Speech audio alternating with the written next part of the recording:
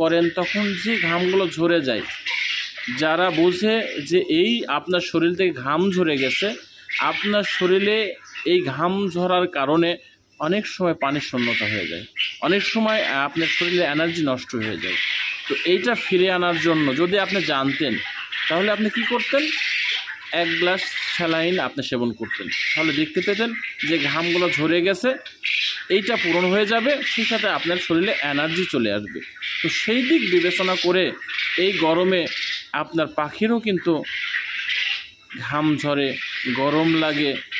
এই অত্যন্ত গরমের কারণে পাখি পাতলা পায়খানা করে, যখন পাতলা পায়খানা করে তখন পানি শূন্যতা হয়ে যায়।